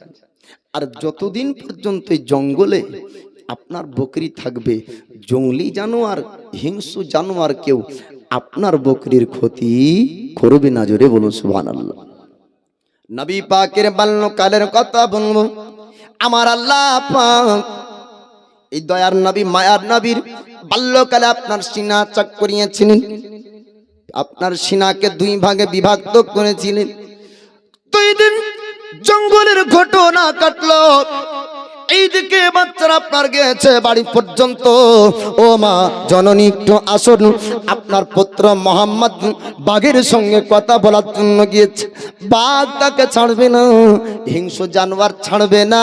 হালিমা তো সাদিয়া গ্রামবাসীদেরকে বললেন, ওগো গ্রামবাসীরা একটু আসুন আসুন, জঙ্গলে আমাদেরকে যেতে হবে। বাঘের সামনে চলে গিয়েছে। মক্কা শহরের ওই বাচ্চা মোহাম্মদ বাঘের সঙ্গে নাকি কথা বলবি? বাঘ মনে হয় আমাদের ওই সুন্দর চেহারার বাচ্চাকে এতক্ষণ মনে হয় খেয়ে ফেলেছে। গ্রামবাসীরা বল্লম নিয়ে, তীর নিয়ে আপনার চড়তে শুরু করলো। হালিমা তো সাদিয়া দূর থেকে লক্ষ্য করে দেখলেন বাঘ যেন আদবে গরদান নবীর কাছে ঝোঁকায়। হালিমা বলেন, ওগো বেটা মোহাম্মদ, একটু বাঘের কথা আমাকে বলুন। নবী বলছেন, মা জননী, বাঘের কাছে যখন তোমার পুত্র মোহাম্মদ গেছে, বাঘ বলে আমাকে একবার দেখার জন্য এই বকরি ঘেরার আয়োজন সাজিয়েছি। ও মা জননী, আপনি চিন্তা করবেন না, আপনি টেনশন করবেন না, জঙ্গলি জানোয়ার আপনার পুত্রের ক্ষতি করবে না। 3য় দিন আবার দয়ার পয়গম্বর বলেন, ও মা জননী, এবার আপনি একটু অনুমতি দেন, আপনি একটু ইজাজত দেন, আবার আমি ময়দান ভ্রমণ করতে যাব। হালিমার মনে আপনার অতিরিক্ত ভয় যখন ঢুকে গেল, হযরত হালিমা বলছেন, বেটা আর ময়দান যেতে চেও না, যদি কোন রকম কোনো ক্ষতি হয়ে যায় আমি মক্কা শহর কি মুখ নিয়ে যাব গো, তার জন্য তোমাকে আর বাড়ির বাইরে যেতে দেব না। নবী বললেন, ও মা জননী, আপনি চিন্তা করেন না, আপনার পুত্র মোহাম্মদ আবার ময়দান যাবে, আবার ময়দান থেকে আসবে, কোনো ব্যক্তি ক্ষতি করবে না। এবার 2 দিন জঙ্গলের পশুদের ঘটনা ঘটে গেল, ক্ষতি আপনার হলো না। এবার 3য় দিন হাতে আপনার ছোরা নিয়ে, কোন কিতাবের মধ্যে বলা হয়েছে 3 জন, আপনার কোন কিতাবে বলা হয়েছে 2 জন, 2 জন আর 3 জন, যা হোক আপনার 3 জন পরিচিত এক মানবের রূপ ধারণ করে আপনার জঙ্গলে প্রবেশ করেছিলেন। এবার যাবার পরে এবার দয়ার নবী, মায়ার নবীর বাজু মুবারক, হাত মুবারক ধরে জঙ্গলের এক কিনারে নিয়ে গেলেন। দুধ ভাইরা দেখার পরে মনে আপনার ভাই ঢুকলো, এই ব্যক্তিদেরকে চিনি না, মক্কা শহরে বাড়ি না মদিনায়, মুলকে শাম না অন্য কোন জায়গা থেকে এসেছে। এরা কোথাকার ডাকাত, এরা কোথাকার ছেলে ধরা, আজ মনে হয় ভাই বাজবে না। হাতে ছোরা নিয়ে আমাদের ভাই মোহাম্মদকে কোথায় যেন নিয়ে গেল। ছোট্ট ছোট্ট বাচ্চা ছেলে, সাহস আপনার পেল না সামনে যাবার, কথা জিজ্ঞেস করার, সামনে ছাড়ানোরও আপনার সাহস পেল না। ছুটতে লাগলো বাড়ির দিকে। ডাক দিয়ে বলেছিলেন, মা জননী, আপনি একটু ময়দানে আসুন, আজ মনে হয় আর আমাদের ভাই বাঁচবে না। কেননা বাঘ ক্ষতি করেনি, ভাল্লুক ক্ষতি করেনি, সাপ ক্ষতি করেনি, কিন্তু আজকে এসেছে সাপ আপনার না, বাঘ না, ভাল্লুক না, অপরিচিত 3 জন ব্যক্তির হাতে ছিল চাকু আর ধারালো ছোরা নিয়ে আমাদের ভাই মোহাম্মদকে জঙ্গলের এক কিনারায় নিয়ে গেল। এবার হালিমা গ্রামবাসীদেরকে ডাক দিল, ও গ্রামবাসীরা, আজ অনেক দিন পরে আবার ছেলে ধরা নেমেছে ময়দানে। আমাদের এলাকায় রব মাঝে মাঝে হয় না, ছেলে ধরা। দেখা গেলো ছেলে ধরাকে একটাও ধরতে পারে না, পাগল গেলা মার খেয়ে মজা মারে, ঠিক না? যত এলাকায় দেখবেন যে আজকে 60 পিটালো দোলাতাবাদে ছেলে ধরাকে, তদন্ত নিয়ে দেখা যাবে যে কি ইন্টারন্যাশনাল ভাইরাল পাগল গুধিয়াই ছিল বাড়ি। এটাই প্রমাণ হয়, তাই না? এরা ছেলে ধরা ধরতে পারে না, পাগল ধরে পিটায়। তো বলছে বহুদিন পরে ছেলে ধরার বাবা আসলো। ও গ্রামবাসীরা, আমাদের পুত্র আমাদের বেটা মোহাম্মদকে মনে হয় কোন ছেলে ধরাই ধরেছে, কোন ডাকাত মনে হয় ধরেছে, এতক্ষণ মনে হয় জবাই করলো, এতক্ষণ মনে হয় হয়তো খাম করে দিল। ও গ্রামবাসীরা, একটু আপনারা আসুন আসুন। এবার আওয়াজ শোনা মাত্রই পুরো গ্রামবাসীরা ছুটতে লাগলো জঙ্গলের দিকে। আর এই দিকে ঘটনা আপনার ঘটে যায়, আমার নবী রহমতের পয়গম্বর দয়ার নবীকে এক জায়গায় আপনার শুইয়ে দিয়েছেন। শুইয়ে দেওয়ার পরে আপনার সিনা বুক দুই ভাগে বিভক্ত করেছে। কোন মানুষ না বাবা, মানুষ না, মানুষ না। হালিমার ছেলেরা জানতো না এরা হাকিকাত বাস্তব কারা, কিন্তু আমার নবী জানতেন এটা আপনার পৃথিবীর কোন মানুষ না, আল্লাহ পাক রহমতের নবীর সিনা চাক করিয়েছেন ফারিস্তার দ্বারাই। নবীর সিনা চাক আল্লাহ করালেন। হিকমত ক্ষমতা পাওয়ার স্পেশাল কিছু জিনিস মহান আল্লাহ পাক নবীর মধ্যে আপনার দান করলেন। বাল্যকালে বাচ্চাকালে সিনা চাক করিয়েছেন। কোনদিন নবীর মধ্যে সারা রাতি আপনার হবে না, খেলকদের মধ্যে আপনার নেশা থাকবে না, দুনিয়ার কোনো আপনার বাচ্চার যে দুনিয়ার একটা খেয়াল থাকে, নবীর মধ্যে কোনোদিন আপনার জাগবে না। আল্লাহ নবী হাবিবুল্লাহ দুই ভাগে সিনা বিভক্ত করা হলো, কিন্তু আপনার এক ফোঁটা রক্ত আপনার দুনিয়ার জমিনে পড়লো না। একটু জোরে বলুন সুবহানাল্লাহ। তারপরেও বলে নবী আমাদের মতন মানুষ, বলেন নাউজুবিল্লাহ। যারা বলে নবী আমাদের মতন, ওদের যদি একটা আঙ্গুল কাটা যায় তো হসপিটালে গেলে বলবে যে কি এখানে হবে না, আরেক জায়গায় নিয়ে চলো, তাই না? যদি ইসলামপুরে নিয়ে যায় বলে ডমকুল ট্রান্সফার করে, ডমকুল বলবে যে কি একে বহরমপুর পাঠাও, যদি এখন হাত কেটে ফেলেন বা দুটো আঙ্গুল কেটে ফেলে। যারা বলে নবী আমাদের মতন মানুষ, এই ওয়াহাবিদের একটা আঙ্গুল কাটলে রক্ত বন্ধ হয় না, আর নবীর সিনা দুই ভাগে ভাগ করলেন তো রক্ত বের হলো না। জোরে বলুন সুবহানাল্লাহ। আমার দয়ার নবী মায়ার নবী আরাম করে বসেছে। হালিমা তো সাদিয়া এবার গ্রামবাসীদেরকে নিয়ে ওই ময়দান পর্যন্ত আপনার পৌঁছালেন। যাবার পর এবার হালিমা তো সাদিয়া দেখেন নবী আরাম করে বসে আছে। হালিমা বলে বেটা, অপরিচিত তিনজন ব্যক্তি তোমার কি ক্ষতি করেছে বলো? নবী বলছেন মা জননী গো, আমার সিনাকে দুই ভাগে ভাগ করলো। হালিমা তুই চোখ দিয়ে পানি ঝরতে লাগলো। ও বেটা মোহাম্মদ, তোমার কি লাগেনি? যন্ত্রণা হয়নি, বেদনা হয়নি, কষ্ট পাওনি? নবী বলছেন মা, আমার সিনা যখন তারা কাটলো, এক ফোঁটা রক্ত পর্যন্ত জমিনে পড়েনি, একটু যন্ত্রণাও হয়নি, একটু ব্যথাও হয়নি, বেদনা হয়নি। আর অপরিচিত কোনো ব্যক্তি তারা ছিল না। ওগো মা জননী, তারা ছিল আল্লাহর ফেরেশতা। মানুষের রূপ ধারণ করেছেন আল্লাহ পাক, মানুষের রূপে তাদেরকে পাঠিয়েছিলেন। আর আমার সিনাকে দুই ভাগে ভাগ করলেন। আমার সিনা চাক করা হলো, আমার ভিতরে আল্লাহর পাঠানো কিছু জিনিস আল্লাহর মালায়েকা আপনার দিয়ে গানে। বাল্যকালে তিনবার এই ঘটনা ঘটে যাওয়ার পরে হালিমা বলছেন ঘরে যতই বরকত হোক না কেন, ভয় যেহেতু ঢুকেছে আর বাচ্চা রাখা যাবে না। হালিমা তো সাদিয়া 6 বছর বয়সে দয়ার নবী মায়ার নবীকে আমিনার কাছে নিয়ে গেলেন।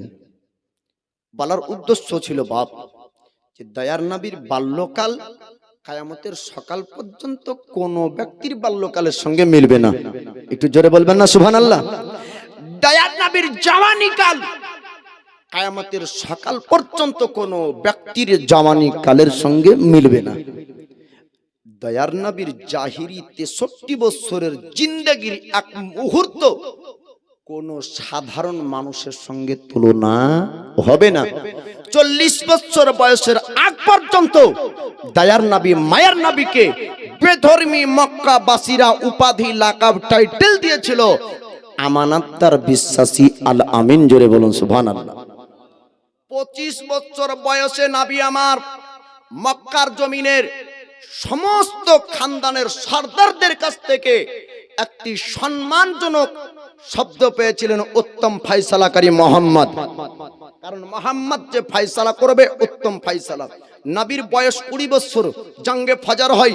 জঙ্গে ফজর হবার পরে নবী বললেন, মক্কাবাসী তোমরা শোনো, খানদানে খানদানে যুদ্ধ করে অসহায় মানুষদের জীবন যায়, অসহায় মানুষদের জীবন যায়। গ্রামে কাজে লাগবে, দেখবেন যারা কাজ করে তারা বেঁচে যায়, ঝামেলা যারা করে বেঁচে যায়, আর অসহায় মানুষ দেখা যায় চানাচুর কিনতে দোকানে গেল মারা গেল, হয় না?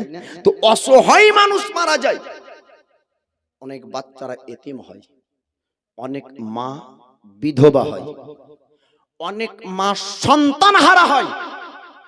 তাই এই মক্কাবাসীরা, নবী বলছেন মক্কাবাসীরা, নবুয়ত প্রচার হয়নি, কালেমার প্রচার হয়নি, মুসলমান আপনার এলান হয়নি, ইসলাম ধর্মের প্রকাশ হয়নি, নবীর নবুয়তের প্রকাশ হয়নি, নবী দাবি করেননি। 20 বছর বয়সে নবী বলছেন, মক্কাবাসী তোমরা শোনো, যদি তোমরা এই ঝামেলা না করে যদি কোনো সমস্যার সম্মুখীন হও তাহলে আলোচনা মাফিক সমাধান করতে শিখো। মক্কাবাসীরা বলেছিল মুহাম্মদ উত্তম পরামর্শ দিয়েছে, আর আমরা ময়দানে আমরা লড়াই করব না, বরং আলোচনা মাফিক আমরা সমাধান করব। ওই দিন থেকে নবীকে সমাধান করতে দিত মক্কাবাসীরা, আর নবী যেটি সমাধান করে দিতেন উত্তম সমাধান হতো। বলুন সুবহানাল্লাহ। এই উত্তম ফয়সালা সমাধান করার একটি কথা বলবো। নবুয়তের প্রকাশ হবার আগে আল্লাহর পবিত্র ঘর কাবা, এই কাবার মেরামত করেছিলেন দয়ার নবী মক্কার সমস্ত খানদানের ব্যক্তিদেরকে নিয়ে। সেই দিনে নবী একটি ফয়সালা করেছিলেন। কি ফয়সালা ওটি আপনাদেরকে শোনাবো, তবে মহাব্বতে একটু দরুদের নজরানা পেশ করুন। আল্লাহুম্মা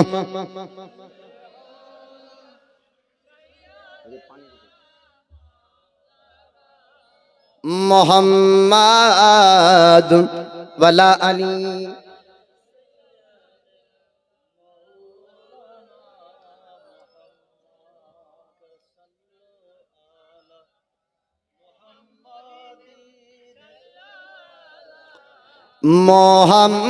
मोहम्मद हरदम ज़बान से निकालो, हरदम ज़बान से निकालो, सफ़ी अला मोहम्मद अकबर देखा दाव দয়ার নবী গো, আমরা নয়ন ভরে তোমায় দেখব। এই গজল নাথ অন্য শোরুম থেকে আসে না, একটা ওয়াকিয়া ঘটনা চলাকালীন বলাটা ঠিক হবে না, কিন্তু নাবির নাথ হাসান বিন সাবিত পড়তেন, নাবির নাত নবী খুদ পছন্দ করতেন, সাহাবা নাত পড়তেন। নাত পড়া সাহাবীর সুন্নাত, আর নাত মনোযোগ সহকারে শ্রবণ করা এটা রাসূলুল্লাহর সুন্নাত। একবার দেখা দাও দয়ার নবী গো, আমরা নয়ন ভরে তোমায় দেখব ইয়া রাসূলুল্লাহ, আমরা মন ভরে তোমায় দেখব। মদিনাতে আছেন নবী অনেক বহু দূরে, কিন্তু আমরা রাখি তারে বুকের ভিতরে।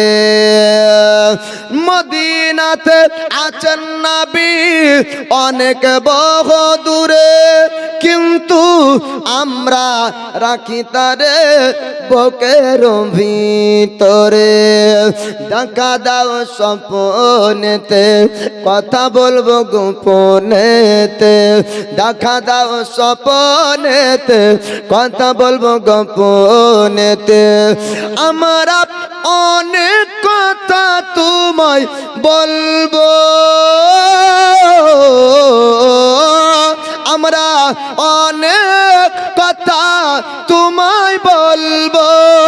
দিলের সাদ মেটায়া তোমায় দেখবো, একবার দিদার দাও দয়ার নবী গো। আমরা নয়ন ভরে তোমায় দেখবো, একবার দেখা দাও দয়ার রসূল গো। আমরা নয়ন ভরে তোমায় দেখব। নবীর ভালোবাসায় আছে আল্লাহর ভালোবাসা, আমার মনের বহুদিনের বিরাট একটি আশা। মন যে আর মানে না, এসো শাহে মদিনা। জোরে বলুন সুবহানাল্লাহ। আপনারা ভাবছেন মনে হয় শাহে মদিনাকে ডাকলে আসতে পারবে না, তা ভাবছেন নাকি? আল্লাহ বলছেন ইয়া আইয়ুহান নাবিয়্যু ইন্না আরসালনাকা শাহীদাও ওয়া মুবাশশিরাও ওয়া নাযীরা। আল্লাহ বলছেন হাবিব আপনাকে আমি হাজির ও নাজির করে প্রেরণ করেছি। নবী চাইলে আপনার ঘর ও আমার ঘরে আসতে পারেন। তাই বলছে মন যে আর মানে না, এসো শাহে মদিনা। মন যে আর মানে না, এসো শাহে মদিনা। আমরা মনের দুয়ার খুলে রাখবো, আমরা মনের দুয়ার খুলে রাখবো। দিলের সাদ মেটায়া তোমায় দেখবো, একবার দিদার দাও দয়ার নবী গো। আমরা নয়ন ভরে তোমায় দেখবো ইয়া রাসূলুল্লাহ। আমরা মন ভরে তোমায় দেখবো। যখন ছিলেন দয়ার নবী হালিমার বাড়িতে, বাগে এসে ছাগল নিল চরওয়াগা থেকে। যখন ছিলেন দয়ার নবী হালিমার বাড়িতে, বাগে এসে ছাগল নিল চরওয়াগা থেকে। বাঘ বলে ছাগল আমরা খাবো না, নবীকে দেখার বাহানা। ছাগল আমরা খাবো না, নবীকে দেখার বাহানা। নবী আসলে কদম ধরে চুম্ব, নবী আসলে কদম ধরে চুম্ব। দিলের সাদ মেটায়া আমরা দেখবো, একবার দেখা দাও দয়ার নবী গো। আমরা নয়ন ভরে তোমায় দেখবো, একবার দিদার দাও দয়ার রসূল গো। আমরা নয়ন ভরে তোমায় দেখবো। একদিন আমার দয়ার নবী যাচ্ছেন রাস্তায় ঘাটে, হরিণ দেখে বলেন আমার নবীজিকে ডেকে, ছেড়ে দেন আজ আমার বাঁচা আছে বনহারে। ছেড়ে দেন আজ আমার বাঁচা আছে অনাহারে আমি দুধ পিলায়া আবার ফিরিব আমি দুধ পিলায়া আবার ফিরিব এসে মন ভরে নবী গো দেখব একবার দেখা দাও দয়ার নবী গো আমরা নয়ন ভরে তোমায় দেখব ইয়া রাসূলুল্লাহ আমরা মন ভরে তোমায় দেখব। তো দয়ার নবী মায়ার নবীর নবুয়তের আগে কেমন ব্যবহার ছিল, নবীর আখলাক কেমন ছিল, নবীর চরিত্র কেমন ছিল, আমার মহান আল্লাহ পাক নবীর চরিত্র ব্যবহার সম্পর্কে বলে যে আমার হাবিবের চরিত্র হলো উত্তম চরিত্র। জোরে বলুন সুবহানাল্লাহ। আল্লাহ নবী হাবিবুল্লাহ আল্লাহর পয়গম্বর তিনি আপনার পবিত্র ঘর কাবার মেরামত আপনার করবেন। ওই সময় উত্তম একটা ফয়সালা করেছিলেন। নবীকে আপনার মক্কাবাসীরা বলতো উত্তম ফয়সালাকারী। এমন কি ফয়সালা করতেন আর কি পদ্ধতিতে ফয়সালা করতেন যাতে সবাই আপনার খুশি হয়ে যেত। আমার নবীর ফয়সালা একটু আপনারা শুনবেন। মক্কাবাসীরা তারা সবাইকে আপনার দয়ার নবী ডাক দিলেন, ওগো মক্কাবাসীরা তোমরা শোনো শোনো, আল্লাহর পবিত্র ঘর কাবা আমাদের ইবাদতখানা, আমরা সুন্দর করে আবাদ তৈরি করব। আমার নবী ডাক দিলেন, পুরো মক্কার মানুষ তারা সবাই আপনার জমায়েত হলো।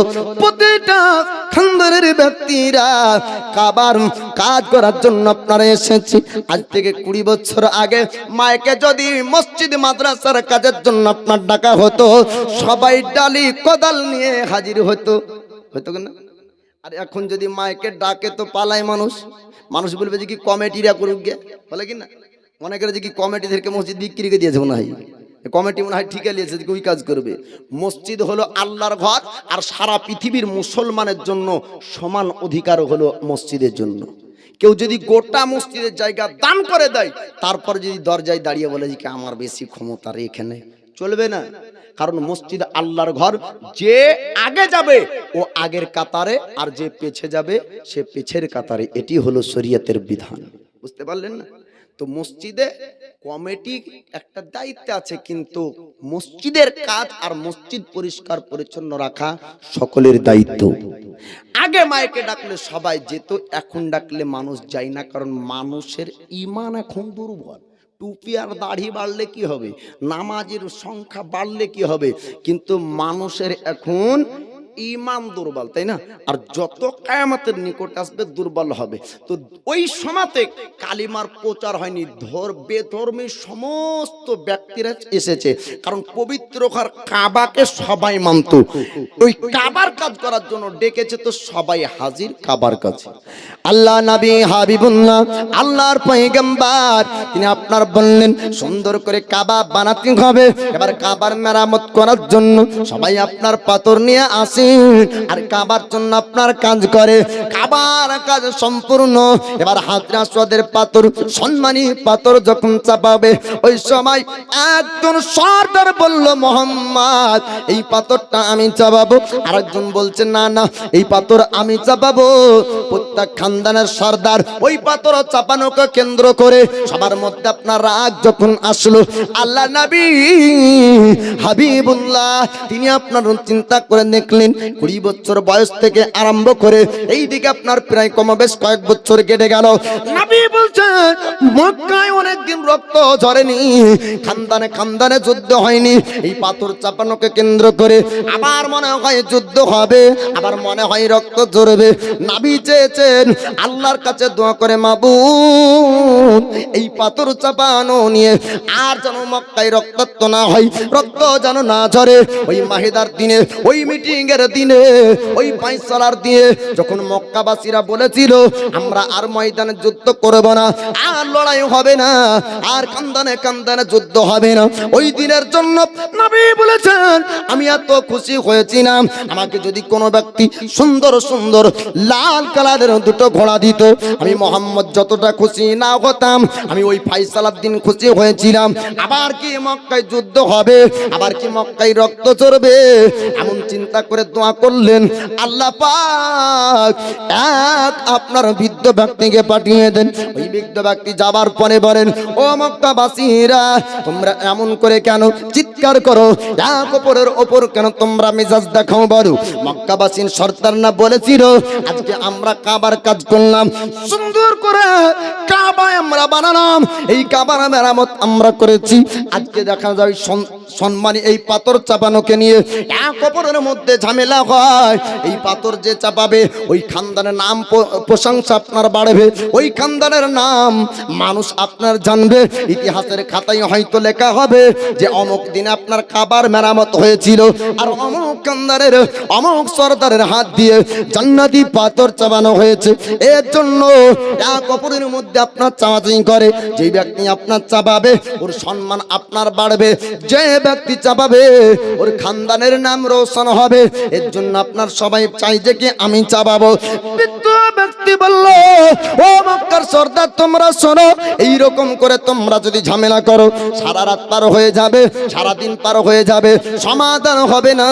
তাই আমার একটা কথা তোমরা শোনো, মানে আজকে রাত্রি বেলায় তোমরা চলে যাও, সারা রাত তোমরা আরাম করবে। সুবহে সাদিকের সময় এই কাবার চাতালের কাছে, এই কাবার কাছে যে সর্বপ্রথম আগে আসবে ওই ব্যক্তি সম্মানী পাথর কাবায় চাপাবে। এইরকম করে ঝামেলা যদি রানিং থাকে সমাধান হবে না। আপন আপন বাড়ি চলে যাও। বৃদ্ধ ব্যক্তি মাসওয়ারা দিচ্ছে, বাড়ি যাও আর ঘুমাও গা, আরাম করো গা। সুবহে সাদিকের সমাতে যে আগে আসবে ও পাথর চাপাবে, ঘুম যাবে। এ হলো বিরাট কম্পিটিশন। এই প্রতিযোগিতায় ফার্স্ট হতে হবে, কেউ ঘুমাবে না। সারা রাত ইন্তজার অপেক্ষা করার পরে এবার সুবহে সাদিকের সময় আপন আপন সবারই নিয়ে দ্রুত গতিতে আপনার ছুটতে শুরু করলো। প্রতিটা খানদানের সর্দার কাবার কাছে আসার জন্য রওনা হয়েছে। আসার পর আপনার সবাই দেখতে পান একজন ব্যক্তি কাবার কাছে উপস্থিত, তিনি হলেন আমাদের দয়ার মুস্তাফা। প্রত্যেক খানদানের সর্দার বলল, এবার কুরাইশ খানদানের ইজ্জত বেড়েছে, এবার কুরাইশ খানদানের সম্মান বাড়বে, মানুষ তার প্রশংসা করবে। আর আল আমিন মোহাম্মদ আমানতদার বিশ্বাসী ব্যক্তি, সত্যি মোহাম্মদ আজকে এই পাথর চাপাবে, কুরাইশের নাম রোশন করবে। আমার দয়ার নবীকে আপনার মক্কার সর্দার না বলল, আল আমিন মোহাম্মদ এবার আপনি পাথরটা চাপিয়ে দেন, আপনি পাথরটা এবার কাবায় চাপান। আমার নবী বললেন, ও মক্কার সর্দার তোমরা দাঁড়িয়ে যাও, আমি মোহাম্মদ ফাইসালার উপর একটা ফাইসালা করব, আমি সমাধানের উপরে আমি আর একটা সমাধান করব। বৃদ্ধ ব্যক্তি ফাইসালা করেছেন যে আগে আসবে পাথর ওই চাপাবে। মক্কার সর্দার তারা বলল, মোহাম্মদ আপনি কম্পিটিশনে জিতেছেন, আপনি ফার্স্ট হয়েছেন, আপনি অধিকার পেয়েছেন, এই পাথর আপনি চাপাবেন। দেখবেন প্রতিযোগিতায় ফার্স্ট আর সেকেন্ড থার্ড হয়, সেকেন্ড যেই ব্যক্তি হয় পুরস্কার পাওয়ার পরে মন তার মানে না, একবার বলে যে কি আর একটু যদি হইতো তাহলে ফার্স্ট হইতাম, বলে কি বলে না, মন তার বলে আর একটু রে, যদি দড়িতে হাত আমার পড়ে যেত ফার্স্ট, মানে সেকেন্ড হওয়ার পর মন মানে না। যদিও মক্কার সর্দার মনকে সান্ত্বনা দিচ্ছে, বলছে মোহাম্মদ আপনি ফার্স্ট হয়েছেন, পাথর আপনি চাপিয়ে দিন। কিন্তু নবী আপনার সবার মনের খবর রাখেন, সবার মনের আকাঙ্ক্ষা ছিল, সবার মনের তামান্না ছিল, সবার মনের উদ্দেশ্য ছিল এই পাথরটা কাবায় চাপাবে। সবার মনে আপনার আশা ভাঙলেন না। আমার নবী বললেন, ও মক্কার সর্দার তোমরা শোনো শোনো, একটা পাথর, ওই পাথরটা কি একটা চাদরের উপর রাখলেন আর বললেন প্রতিটা খানদানের সর্দার আমার এই চাদরের কাছে তোমরা আসো। সবাই আপনারা আসলেন, আসলো। আসার পরে নবী বললেন, আমি হাত রাখবো, আমার সঙ্গে তোমরাও হাত রাখো, একসঙ্গে কাবার উপরে পাথরটা চাপাবো। পুরো মক্কার প্রত্যেক খানদান এই পাথরে শরীক থাকবি। কোনো খানদানের কোনো ব্যক্তির সম্মান কমবে না, বুঝলেন? সবার চাপানো হলো, সবার মনের আকাঙ্ক্ষা মিটলো, সবার হিংসা দূর হয়ে গেল, ঝামেলা মিটে গেল, এমনকি সবার মুখে হাসি ফুটলো, সবার মুখে হাসি দয়ার নবী ফুটালেন। এবার ওই সমাতে ফাইসালার উপরেও ফাইসালা করলেন নবী। তাই মক্কাবাসীরা বলে মুহাম্মদ হলেন উত্তম ফাইসালাকারী, যিনি ফাইসালার উপরেও উত্তম ফাইসালা বের করতেন। এই দয়ার পয়গম্বর মায়ার নবীর 40 বছর পর্যন্ত দুশ্মন নাই, বাল্যকালে তো নাই, জওয়ানি কালেও নাই, আর 40 বছর পর্যন্ত পুরো মক্কার মুখে একটাই এলান, আমানতদার বিশ্বাসীর বাড়ি কোথায়? বলে কুরাইশ খানদানে আল আমিন মুহাম্মদ। খাদিজাতুল কুবরা উম্মুল মুমিনিন, পৃথিবীর মুমিন মুমিনাদের মা, নাবির প্রথম বিবি, এই খাদিজাতুল কুবরা মালদার ছিলেন। তিনার খাস গোলাম, তার নাম হলো মিসরা। এই মিসরা নামক গোলামকে খাদিজাতুল কুবরা বলেছিলেন, পুরো মক্কা শহরের মধ্যে একজন এমন ব্যক্তির সন্ধান করো যে ব্যক্তি বিশ্বাসী আমানতদার হবে। তো খাদিজাতুল কুবরার গোলাম মিসরা সন্ধান করে দেখেছিল যে মক্কার জমিনে যিনি এক নম্বরে বিশ্বাসী ব্যক্তি মানুষের কাছে, তিনি হলেন আল আমিন মুহাম্মদ। আর নবীর পেশানি দেখে, নবীর নবুয়তের প্রকাশের আগে নাস্তরা নামক এক রাহিব পণ্ডিত এই মিসরাকে বুসরার বাজারে যাওয়ার সময়তে বলেছিলেন, ইনি হলেন আখির জামানার নবী। একটু জোরে বলবেন না সুবহানাল্লাহ। এই দয়ার নবী মায়ার নবীর দুশ্মন কবে থেকে তৈরি হলো? 40 বছর বয়সে। আল্লাহ পাক বললেন, হাবিব আপনি মানুষের কাছে প্রকাশ করুন আপনাকে আমি কেন পাঠিয়েছি। তো নবী 40 বছর বয়সে নবুয়তের প্রকাশ করলেন। তো সর্বপ্রথম নবীর সবথেকে নিকটবর্তী শ্রেষ্ঠ সাহাবী রাসূল, নাম তার আবু বকর সিদ্দিক, ঈমান আনলেন। একটু জোরে বলবেন না সুবহানাল্লাহ। প্রথমে কে আনলেন ঈমান? আবু বকর সিদ্দিক। শুনেছেন অনেকবার, কিন্তু হয়তো মনে নাই। সব কথা শুনলেই যে মনে থাকবে তার মানে নাই। মনে হচ্ছে যে এই ওয়াজগুলা মনে হয় শুনেছি। আমাদের ধর্মের নাম কি বলেন ধেনি? কি গো? ইসলাম। ইসলাম ধর্ম বলে কাকে? একজন বেধর্মী আপনাদেরকে জিজ্ঞেস করলো, বলেন ধেনি কেউ জানেন কি? আমরা মুসলমান, ইসলাম মানে শান্তি ওয়ানা। ইসলাম ধর্ম বলে কাকে? মক্কার নাম না মদিনার নাম না কোরআনের নাম না হাদিসের নাম না ইজমার নাম না কিয়াসের নাম না মসজিদের নাম না মাদ্রাসার নাম না কার নাম?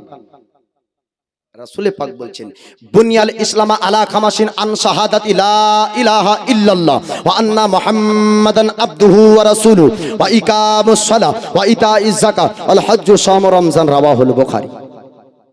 দয়ার নবী মায়ার নবী বলছেন, ইসলামের বুনিয়াদ, ইসলামের খুঁটি হলো 5টি। এক নাম্বার হলো কালিমার প্রতি বিশ্বাস রাখা, আল্লাহ ব্যতীত কোনো প্রতিপালক রব মাবুদ আর দ্বিতীয় আমাদের নাই, মুহাম্মদ আল্লাহর বান্দা ও রাসূল।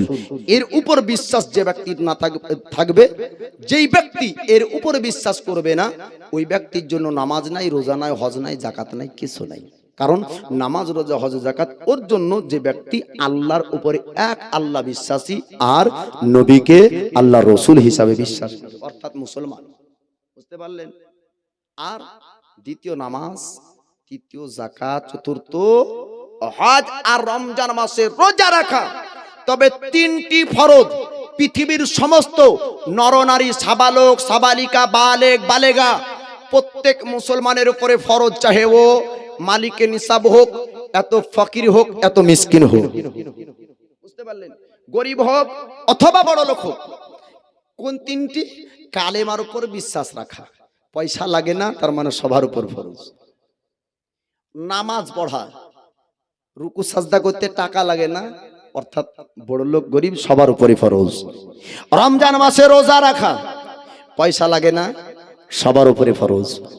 আর 2টো কেবলমাত্র ধনী মালিকে নিসাব ব্যক্তি যারা মুসলমান তাদের উপরে, বছরে একবার যাকাত দেওয়া, আর জীবনে একবার অর্থ থাকলে হজ করার মতন সমর্থন থাকলে হজ করা। এই পাঁচটার উপরে ইসলাম ধর্ম আছে বাপজি। তাই বলবো যে অনেক কিছু শুনেন কিন্তু মাথা থেকে হারিয়ে যায়, তাই না? দয়ার নবী মায়ার নবীকে আল্লাহ পাক বললেন আপনি প্রকাশ করুন, তো আবু বকর সিদ্দিক ঈমান আনলেন প্রথম। শুনুন বাপজি এই ঘটনাটা মুক্তাসার ছোট্ট করে, চলে আসবে আমন্ত্রিত প্রধান বক্তা। আরেকজন ব্যক্তি প্রথম ঈমান আনলেন কে? মহিলার মধ্যে খাদিজাতুল কুবরা, গোলামের মধ্যে সর্বপ্রথম যায়েদ বিন হারিস, আর বাল্যদের মধ্যে ছোটদের মধ্যে সর্বপ্রথম যিনি নবীর উপরে ঈমান আনলেন তিনার নাম হলো আলিয়ে শেরে খুদা মুশকিল কুশা। জোরে বলুন সুবহানাল্লাহ। চারজন ব্যক্তি ঈমান আনলেন প্রথম। এক পুরুষ আজাদ ব্যক্তিদের মধ্যে আবু বকর সিদ্দিক, মহিলার মধ্যে খাদিজাতুল কুবরা, আর গোলামের মধ্যে যায়েদ বিন হারিস, আর ছোটদের মধ্যে আলিয়ে শেরে খুদা। বুঝতে পারলেন? চারজন ঈমান আনলেন। আবু বকর সিদ্দিকের তাবলীগের কারণে, ইসলাম প্রচারের কারণে মুসলমানদের একটি জামাত তৈরি হলো। এবার আপনারা শুনুন, দয়ার নবী মায়ার নবীর উপরে যে মক্কাবাসীরা মিথ্যা অপবাদ দিয়েছিল, দুনিয়াতে এখনো ওই অপবাদ দিচ্ছে, কিন্তু হাকিকাত কি ছিল ইসলাম প্রচারের সময়তে, আর অপবাদ কি দিয়েছিল কয়েক মিনিটের মধ্যে এটা শোনাবো। আল্লাহ নবী হাবিবুল্লাহ, আল্লাহর পয়গম্বর, মহান আল্লাহর হুকুমে মক্কার জমিন আপনারা এসেছেন বাবা। নবীর বাল্যকালের ঘটনা অনেক লম্বা, মুক্তাসার করে ছোট্ট করে শুনিয়েছি। এবার আপনারা শুনুন, আল্লাহ পাক আমার দয়ার পয়গম্বর, দয়ার নবী মায়ার নবীর আখলাক চরিত্র এমন করেছিলেন যে মক্কাবাসীরা বলেছিল মুহাম্মদের মতন উত্তম চরিত্রের অধিকারী ব্যক্তি আর মক্কা কেউ নাই। আমানতদার বিশ্বাসী ব্যক্তি আল আমিন মোহাম্মদ 40 বছর বয়স পর্যন্ত কোন আপনার দুশমন ছিল না। আমার আল্লাহ পাক বললেন হাবিব আপনি মক্কাবাসীদের কাছে প্রকাশ করুন আমি আপনাকে পৃথিবীর জমিনে কেন পাঠিয়েছি।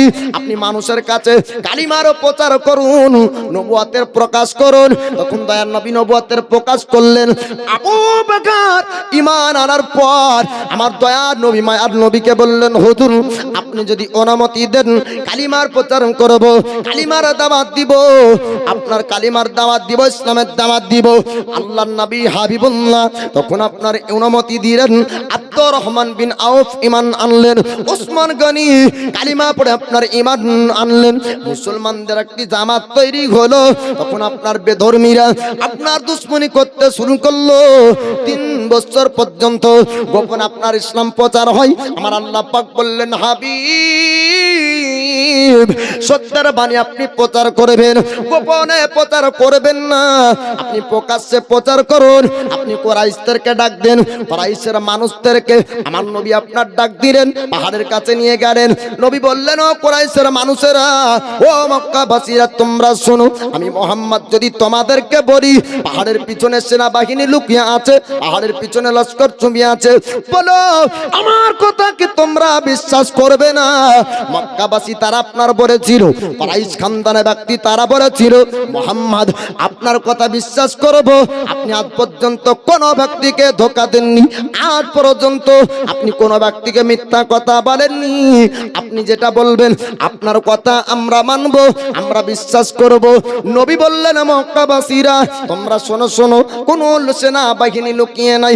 আল্লাহ পাক পৃথিবীর জমিনে আমাকে নবী ও রাসূল করে পাঠিয়েছে, তোমরা ওই আল্লাহর ইবাদত করো যেই মহান আল্লাহ পাক পাথর সৃষ্টি করেছেন, যেই মহান আল্লাহ পাক সূর্য নক্ষত্র আল্লাহ পাক বানিয়েছে, যাদের ইবাদত তোমরা করো ওদেরকে আল্লাহ পাক সৃষ্টি করেছে,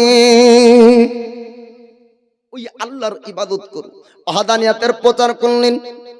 কুরাইশ খানদানের সরদার আবু লাহাব আবু জেহেল বলল মুহাম্মদের কথা মানা যাবে না, আর মুহাম্মদের কথা বিশ্বাস করা যাবে না।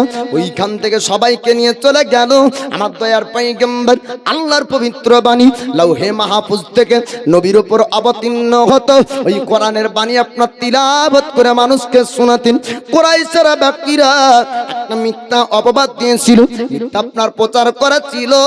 তারা বলেছিল মোহাম্মদ অরিজিনাল আরবি ভাষায় কথা বলতে পারে, তাই এই শব্দগুলি মোহাম্মদ নিজের পক্ষ থেকে বানায় আর মানুষের কাছে মিথ্যাভাবে প্রচার করে। আমার আল্লাহ পাক নবীর জন্য আপনার কোরআনের আয়াত অবতীর্ণ করেছেন। আমার আল্লাহ পাক বলেন আমায়ান্তিকু আনিল হাওয়া ইন হুয়া ইল্লা ওয়াহয়ু ইউহা।